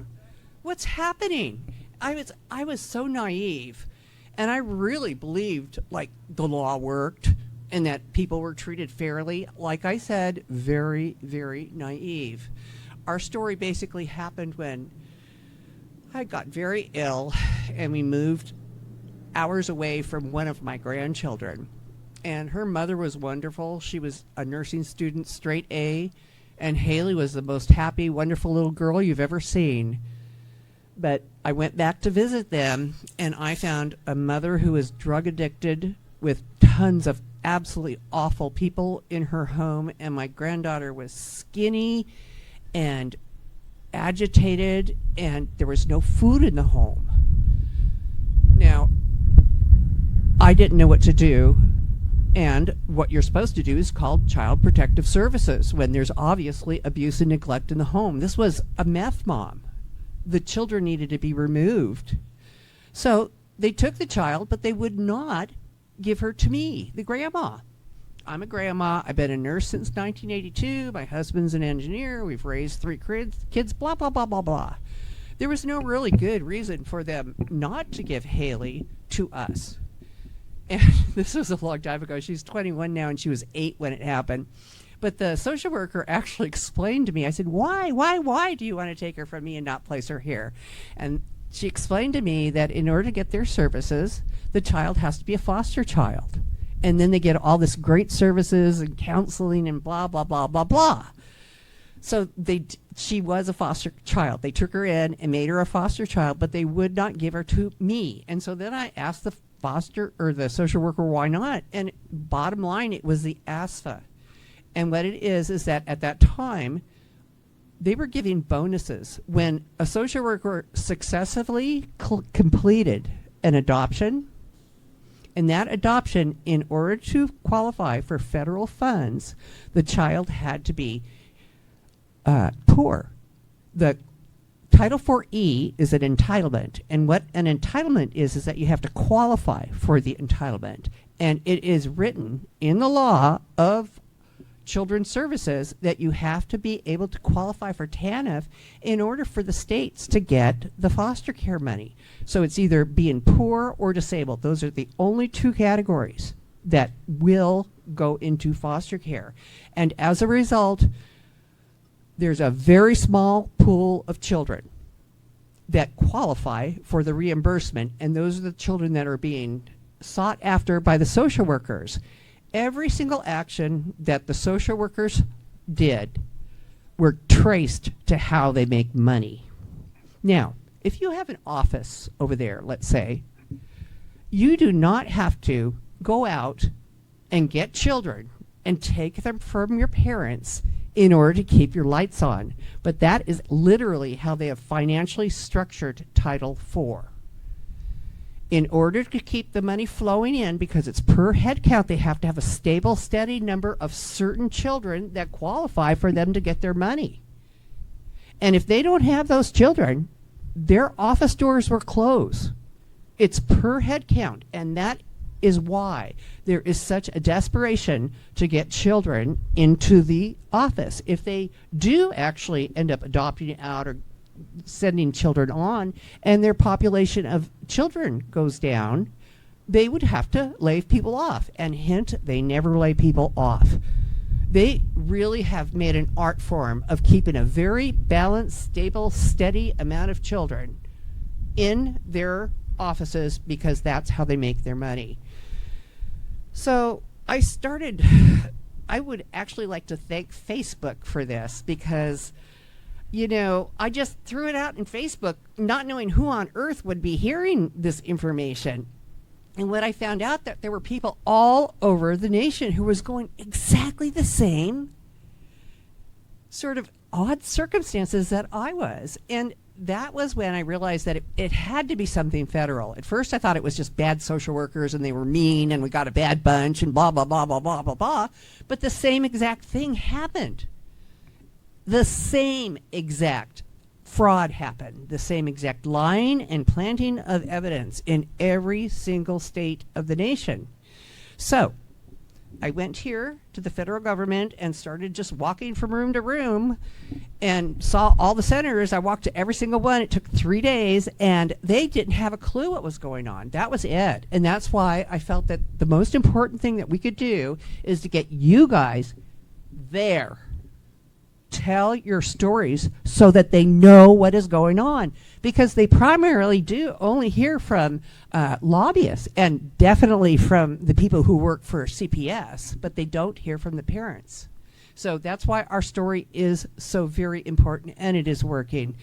When my granddaughter was 8 and they put her in foster care, and I was trying to get her home so bad, that was exactly when Senator Hatch and Senator Wyden were holding the No Place to Grow Up hearings. And I was able to go and listen and find out about that. That was the very first hearing in Senate that they showed that the sex trafficking was occurring in the foster care population. And Senator Hatch was the author, and Senator Wyden, of the Family First Act. And I helped to write that. I helped because I'm a nursing researcher. We put a lot of research in it, and, facts and auditing and double checking, things that the federal government just does not normally do. And so we got we as a group, as a citizen-led group, got 4 federal bills passed so far. 4. We are doing phenomenal. We have done better than some of the senators in terms of passing laws. There's a lot of power to being here. We just need to know how to do it. You go to your 2 senators and your 1 congressman, and you just keep them informed and just let them know what is happening, and then look for solutions. So then I started looking for solutions, and I couldn't find one. For some reason, I didn't know what was going on. Connie and I would go to an office meeting, and Connie would tell this nice little LA young man about Title B, and he'd go, yeah. Title E. Oh, and you know, all this stuff, just very attentive and nodding, you know. And then it's my turn to talk. And I go, do you know what Title 4E is? No, they don't. Do you know what Title 4D is? No. They don't even know how financially the structure of the government is working. And then I started trying to work with them on figuring out how to change the data codes. And that was 6 months ago that we realized that each and every one of the states had a different data code for definitions. There was no 2 similar definitions of a child. There wasn't the same definitions of abuse. There was literally no way for one state to talk to the other state because they didn't have any kind of overall language that would talk to each other. So the computers weren't speaking with each other, and when these children were going across the state line, they got lost. And there was no way to trail them because the paper trail is just absolutely awful. And in terms of being audited, the federal government has never been audited.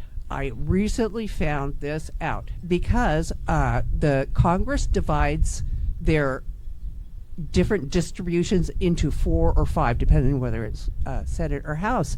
So everybody has a piece of the pie, like a quarter of the pie that they can fix. So you can make small changes, but if you wanted to go ahead and just like do a universal coding for like the federal government spending things, they literally had nobody who could do it. Everybody had a piece of the pie, but there was no overreaching person who was in charge of auditing and making sure that the dollars were spent well. Can you believe that? Our federal government has never been audited. Even if we wanted to audit our federal government, we couldn't, because it's like they're all speaking different languages. So we've been working on that lately, and you know, we're getting really far. Mark Kelly is not able to be here today, but he's been a champion for Title 4D. And I've been working with him to kind of go for the legislative law sort of issue of it and this coding stuff. And Mark Kelly has now been assigned a member of DOJ. Oh, I'm sorry, not Mark Kelly, Mark Ludwig. I'm sorry, Mark Ludwig. Mark has now been assigned an actual person from DOJ. He has executive contacts that are very, very, very deep. And he's really doing a lot of good for this Title IV movement. This particular rally that we're holding, us, the grandmother warriors, have always been, you know, really focused on foster care. But the thing is that the funding, which is the problem, goes also to Title 4D. They have the same absolute inability to talk to each other than all of the other Title IV. It's just an absolute mess. So we've got to get that taken care of, and Musk and the team is working on the computers talking to one another. Once the computers are able to talk to each other, then we will be able to audit and find children. For example, and I know this is kind of boring, but like Medicare and Medicaid have coding systems that are universal. They're worldwide. The same exact code means the same exact thing when you go to a hospital. But they don't have anything close to that. So we need to work on that. And what this lack of accountability has done has just caused absolute strife between the lack of accountability, the lack of ability to talk to one another, and the absolute lack of being able to have ethics in your decisions because you depend upon getting those children in no matter what. It has just gone to hell in a handbasket. I mean, it's really awful. they felt on a state level they had the right to lie, and they did, and they planted evidence, and they felt that they had a different sort of a ability to plant things that were not true for their case because they allowed hearsay. And hearsay has evolved to what is now known as the right to lie. And so that's a lot of what had happened with, I bet you anything, with all of you, is that they interviewed you, twisted your words, lied, and then, made you look bad. They put things into your record that you were not allowed to look at, by the way, that weren't true, so you couldn't even challenge them. You didn't know what they were saying. I had one little good luck thing happen after another. We were in the middle of this one just holy fight for a disabled child of ours, a grandchild, and I had actually asked for the records almost a year ago before that, and they came, and I was able to see what was currently happening in the case. Oh my God, I almost had a heart attack when I read what I read, because it was just full of lies, and I would have never known that if I hadn't have just happened to have gotten the records. And they really didn't like me, and they were really trying to take my grandchildren away. They took me to court to try to take her away, and then one of the social workers died in court in the back. I went to go to CPR with her because I'm a nurse, and there was somebody else helping me too, and we revived her. And once we got up, I stood up, and that person put her robe back on and walked up to the courtroom. It was the judge who was doing CPR with me. So she asked me right there, what do you want? I said guardianship, and she granted it. And luckily my lawyer was in the room, because CPS was not going to give me guardianship. My lawyer did go and file guardianship by himself. Then they tried to kidnap her. Even though I was the legal guardian, they were saying that the guardianship was not correct. They took her to court in front of the judge to talk about her, and they told the judge that, now, the second I got guardianship, I had figured out that this place was corrupt and we were in trouble. I left for Ireland. Goodbye. See you all. And they called me and told me to bring her back in. I'm sorry, we're in Ireland. I have guardianship papers. You're just going to have to talk to my lawyer. So they went to court to try to get me arrested for kidnapping her. The only problem was that they said, and Mrs. Arthur has taken Haley out of the country, and she didn't even tell the parents. And the problem is the mom was standing right there. She goes, I know where my daughter is. She's visiting her great-grandmother in Ireland, So the judge actually, at that point, did a contempt of court on them and charged both this CASA person and the head of DSHS that was there. They had to spend a little money on it then. So I know that I've been very lucky. We have ended up getting all of our grandchildren back, and they are doing just fantastic thanks to Connie and Maureen. We've gone through such different awful battles, and they have always been right there for us, period. And I don't know what I would have done without them. So we're just going to keep fighting. We know that there are certain things that are causing it, and we have to work on those. But we also have to, what we're doing right here is we are educating our legislators about what is happening. They don't know what's happening. They don't even know what the funding problems are. I have started now literally teaching them about the power of the purse before I begin my little spiel, because they really don't know. I live behind that white building right there, and I go to the hearings. Senator Wyden has begged them for information. They're missing children by the hundreds of thousands, and they absolutely refuse. I am sick and tired of going to those hearings and seeing those DSH workers just like, I'm not going to give you any money. They just refuse. What has happened is that Congress has funded the bureaucracies to have more lawyers than they do, period. In terms of right to bear arms thing, Congress does not have the arms to fight the bureaucracies, and they funded it. And when these bureaucracies are ignoring the Senate's instructions, there's no follow through. They don't have any bite in their purse. If somebody refuses to give information about missing children, I think that is a reasonable thing to go ahead and do a contempt of Congress, right? But never has that happened. So We need to get there and help them to realize how serious this is, and that we need to clean out the corrupt people who are so used to only making a profit on the backs of children. And this is a quote, and you can use it.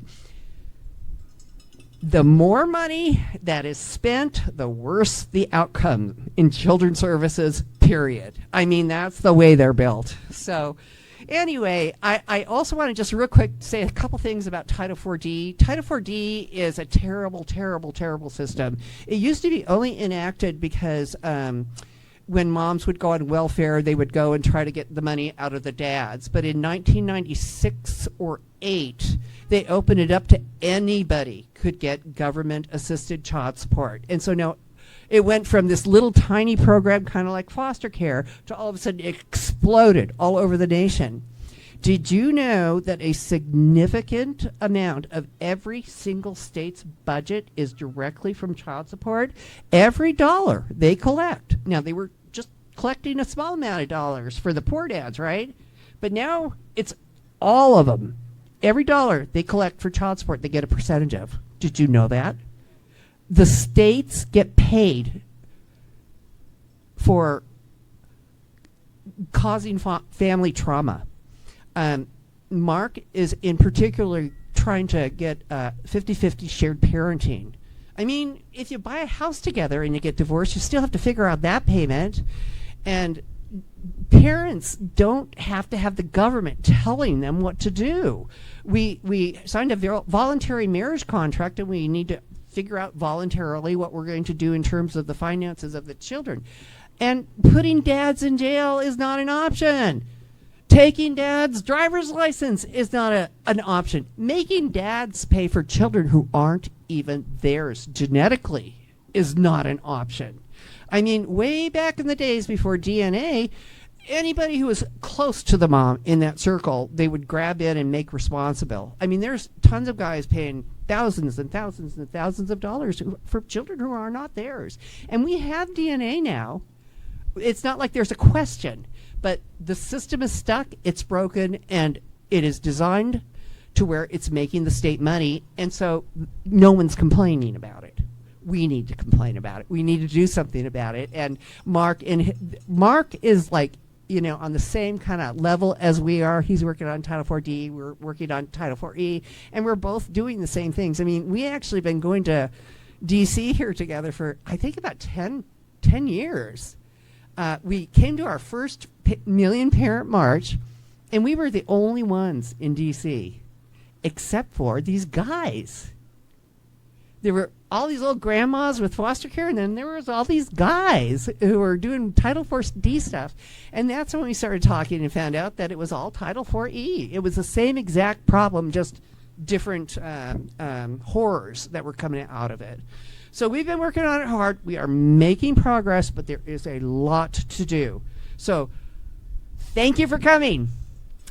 Thank you for coming. Keep coming. We are going to do this. We have done change. We're just going to keep going, and we have got to do this not just for ourselves, but for our grandchildren too. My last grandchildren finally turned 21, and I cannot tell you how, oh my God, thank you God, that they're all over the age. I'm so afraid all the time because you didn't do anything wrong in the first place, so God only knows when it might happen again. You know, you're living around in this total fear because of an unjust system, and we need to stop that, and we will. Thank you. Kathleen, hello. I just want to add to what Kathleen said. There's a generational thing that happens. I understand there's a lot of people here fighting for their biological children. There are also people here fighting to support children that they've adopted, that did need forever homes, and we stepped up. What's happening to them is they are products of the system, and they have a target put on their back as soon as they turn 18 for the system to take their children. Yep. All right. Thank you, Sherry, for that. And like she said, you guys need to share your stories. Okay. I know it's not easy. I know a lot of trauma is involved, but there's a purpose in our pain, right? And we need to share it. We need to be a voice for those who cannot be here personally and who need to share their stories. But while you guys think about that, I would like to introduce our next story hour, our next storyteller is going to be Christine, and she is an engineer. She has taken those engineering brains and actually come up with a solution of how we can change the system to actually help families and better serve the children. Please welcome Christine. All right.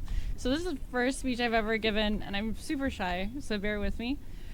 So I titled this, "The Future is Alive." Hello, everyone. My name is Christine Hillier. I'm an engineer, a mother, a survivor, and an architect of the new. Today, I stand with all of you, not just in grief, but in creation. These families, you, are the living experts of your experience. And in this room, this space, that is the highest credential. What we are building together is not just policy reform. It's not just advocacy. It's a new governance blueprint rooted in truth, equity, and humanity. We are replacing artificial systems, systems that move faster than law, reward separation, and profit from silence, with living systems that are transparent, ethical, accountable, and designed for protection, not control. This is the beginning of a new kind of capitalism, living capitalism. One that does not commodify children, but invests in families, community, and repair. We are calling it Kapukai, a governance lab that acts as a public utility. Here, truth flows like water, clean, universal, and accessible to all. What makes this different? It's decentralized. No single person holds the power. It's open source. No secrets, no black boxes. It's immutable. No tampering, no black door edits. It's licensed ethically, so it sustains without exploitation. This is how we make governance safe. This is how we make it sacred. Families will no longer have to beg systems to recognize them. We will create systems that recognize families as the center of life. But we cannot build this without you. We need family leaders to co-design this living architecture, engineers and trauma-informed advisors, legal visionaries and guardians of equity, educators, communicators, healers, and protectors. And we are funding this ethically through sources that protect the living, restore truth to governance, and support systems that cannot be rigged. First Nations Development Institute and aligned tribal grant makers, sovereign funders who understand what it means to survive stolen systems and protect sacred family structures. B Lab and Justice aligned B corporations, funders committed to regenerative economics, living systems, and non-extractive business models. Ethical capital partners and impact finance coalitions, investors building decentralized tools, ethical data architecture, and public infrastructure without profit motive at the core. Whistleblower-supported reparative funds, coordinated with legal advocates and organizations like the Government Accountability Project, ensuring accountability becomes restoration, not just exposure. Gitcoin, Open Collective, and other decentralized funding platforms transparently governed open source ecosystems that fund innovation aligned with collective well-being and truth. Conscious crowdfunding from families, survivors, and global citizens choosing to invest directly in systems that protect life, not profit from harm.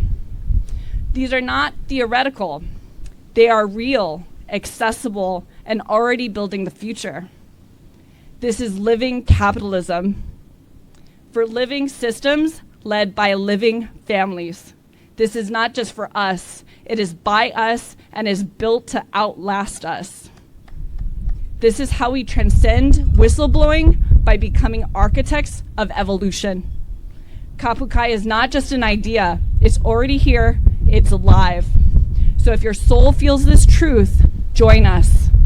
Help us govern truth as a public utility, because the future is not artificial.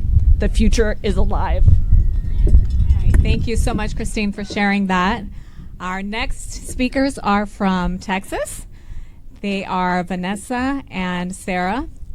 I met Sarah through social media, actually, so this is the first time we aren't meeting in person. Love it. But these moms, warriors, both have, like Bailey, childhood cancer in their stories. So please welcome Sarah and Vanessa. Well, yeehaw. Here we come from Texas to Washington, D.C. We are just two moms that have cancer affect our lives, but we're not the only ones.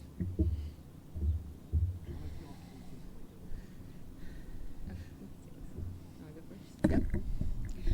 Attention CPS. My daughter is not for sale. We do not co-parent with doctors. Attention doctors. My daughter is not your medical experiment. We do not co-parent with hospital protocols. Parents, this is a revolution, and we are coming. My name is Sarah Lindley Bailey. I am a 6th generation Texan, yeehaw. And my ancestor fought at the Alamo. Although he gave his life at the Alamo, this is my Alamo. Medical freedom is my Alamo, and I'm going to fight for your babies. Long story short, once your child is diagnosed with cancer, you have minimal rights as a parent. Brain cancer, it's one of the leading causes of death. Cancer is the 2nd leading cause of death among children and adults. Unfortunately, luxury of adults have the luxury of opting out of medical treatment. Parents, do we have that luxury? We don't. We don't have that luxury. My child had less than 15% of survival with ATRT for 1 year, 0 4 or 5 year survival. This is not Texas, and this is not America. The 4th Amendment, our Constitution, says it's illegal to have a legal search, seizure of people, property, and papers. My constitutional right, my child's constitutional right was taken from us. That is not okay. This is my Alamo. Medical freedom is my Alamo. She will forever be 4. She was only 4. We stayed in the hospital for half a year practically. I was told I did not have a choice in the matter. Different situations happened. While I was at the hospital, I saw my child get progressively worse. I couldn't even get hospice on her until all hope was lost. Oh, now you can have your child on hospice. That's not America. I shouldn't co-parent with doctors. I shouldn't co-parent with hospital protocols, and I'm not going to co-parent with insurance companies. This is not okay. It's unconstitutional. And I will do anything and everything to fight for your babies. I already lost mine. She went to home with Jesus in 2019. She will forever be 4. But we still need hope. And last week, we actually testified for the first Texas childhood cancer in Austin just last week.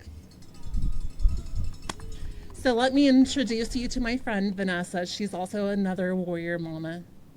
And brain cancer sucks. And what happened to her was illegal because we actually passed 2 bills since my child is no longer here. We passed the amendment rights try. I was the only person that testified with that in the Senate. And there was also another bill for second opinion bill. So let's fight together. Let's fight for Taylor. Let's fight for Emily. Let's fight for all the children with childhood cancer. Thank you. Hello, my name is Vanessa Cifuentes, and I am also a victim of medical kidnapping. My daughter was diagnosed with cancer last year at the age of 9, brain cancer. And she was going through chemo. That was the first thing that I was told, is that she would have to go through chemo. I did not question her doctor until we received a referral to go to MD Anderson to continue with the protocol and get radiation to her brain. Well, when we met with the doctor, he looked at me, he said, "Why are you here?" And I said, "Well, this is part of the protocol." He said, "No, dear. Your daughter's tumor did not shrink to 75% it should have for her to continue with the treatment." First time hearing that. I like I said, I never questioned my daughter's doctor. I thought everything was going as it should. So I went back to San Antonio, and I told the doctor I wasn't going to do it. So doctors connect, they talk to each other. They ended up trying to convince me that radiation was a way to go, even though there was a slight chance my daughter's tumor was actually benign. They involved CPS. They removed her from me. Then they did a biopsy. Turns out it was a benign tumor. But they still said that maybe there could have been some cancer, and it just probably went away with the chemo. But there was still a tumor. So they went ahead and they did 30 rounds of radiation to her brain, a little 9-year-old child. Well, guess what? The tumor didn't shrink. It's still there. It is benign. Why are you giving a child these chemo and radiation? Why didn't they do a biopsy from the beginning? Why did they start everything without fully diagnosing her with the brain cancer that she had, if she had? And so now my daughter is suffering from everything you can possibly think of in terms of hormone imbalance, because the tumor was right by her pituitary gland, which is the master gland. Any gland you can think of in your body is now destroyed. She has no growth hormones. And I'm not sure if I'm okay with giving her growth hormones, because I can also grow the hormone, the tumor that's still in her brain, right? There's a chance. And so my daughter should have received alternative treatment, should have had an opportunity for a second opinion and really figured out what was the tumor she had to begin with, without going through all these horrible treatments. And then what?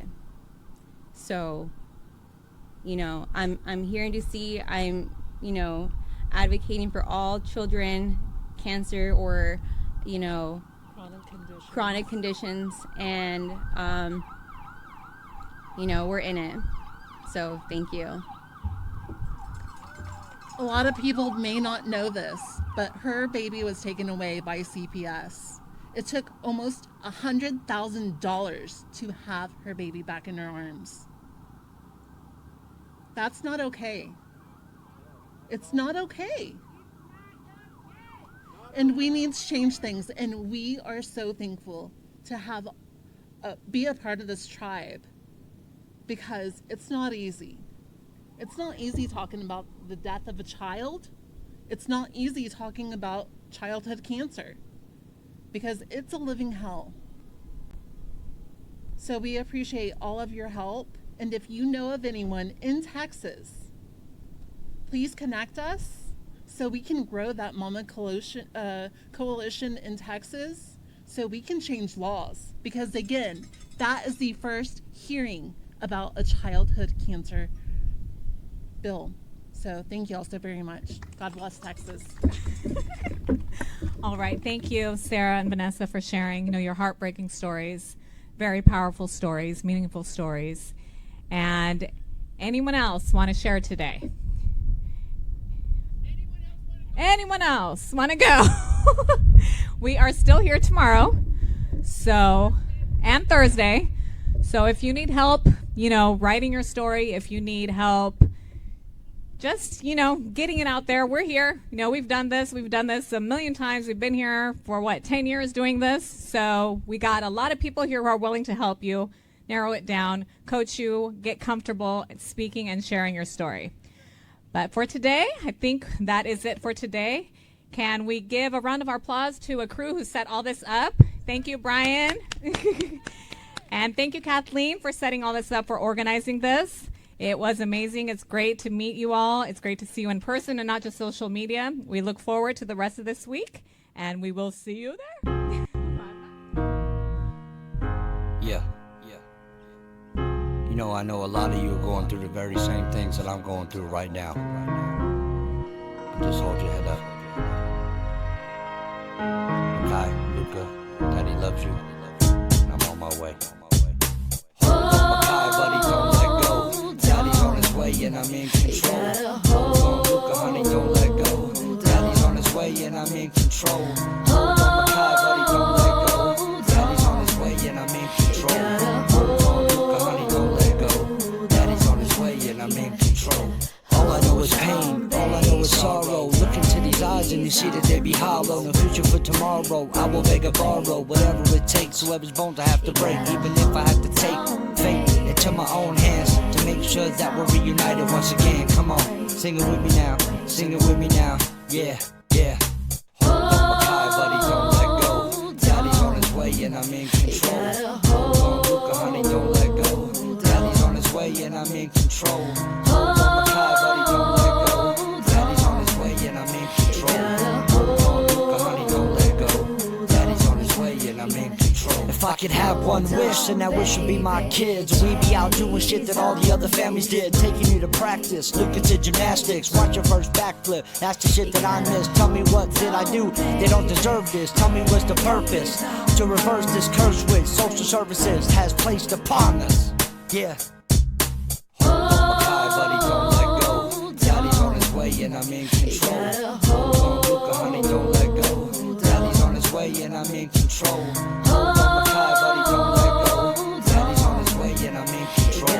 Hold on, Luca, honey, don't let go. Daddy's on his way and I'm in control. I don't always do what's right, but I do what's needed. I'm the father's right champion, I can't be defeated. Without you in my life, kids, I feel incompleted. The quotes are so blind, but I'ma make them see it. You gotta believe it, his daddy loves you both. I just want you to know that. Even though it seems hopeless, don't give up hope yet. Come on, sing it with me now, sing it with me now, yeah. Hold on, Makai, buddy, don't let go. Daddy's on his way and I'm in control. Hold on, Luca, honey, don't let go. Daddy's on his way and I'm in control. Hold on, Makai, buddy, don't let go. Daddy's on his way and I'm in control.